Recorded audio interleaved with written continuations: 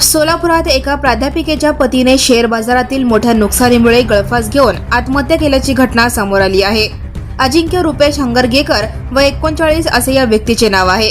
ही घटना सोमवारी 22 जून 2026 रोजी रात्री 8:30 वाजण्याच्या सुमारास उघडकीस आली। सोलापूर शहरातील उमानगरी येथे राहणारे अजिंक्य हंगरगेकर मूळचे तुळजापूरचे असून तेथे प्रोफेसर म्हणून कार्यरत होते।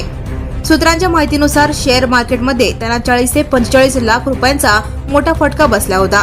यामुळे मानसिक तणाव वाढल्याने त्यांनी टोकाचे पाऊल उचलले असावे असा प्राथमिक अंदाज वर्तवला जात आहे। सोमवारी रात्री त्यांच्या राहत्या घरातील स्वयंपाकघरात ते लटकलेल्या अवस्थेत आढळले।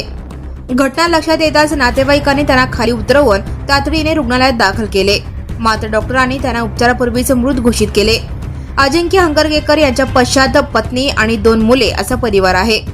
पोलिसांनी घटनास्थळी भेट देऊन पंचनामा केला आहे। त्यांच्या घरात एक चिठ्ठी सापडल्याची माहिती सूत्रांनी दिली। या चिठ्ठीत नेमके काय लिहिले आहे आणि आत्महत्येचे नेमके कारण काय आहे याबाबत पोलिसांकडून सखोल तपास सुरू आहे। Now and press the bell icon. Never miss a